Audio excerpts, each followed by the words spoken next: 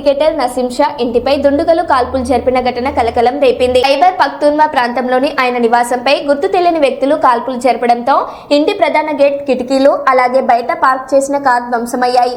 అదృష్టవశాత్తు ఈ ఘటనలో ఎవరూ గాయపడలేదు. సమాచారం అందుకున్న పోలీసులు అక్కడకు చేరుకుని కేసు నమోదు చేశారు.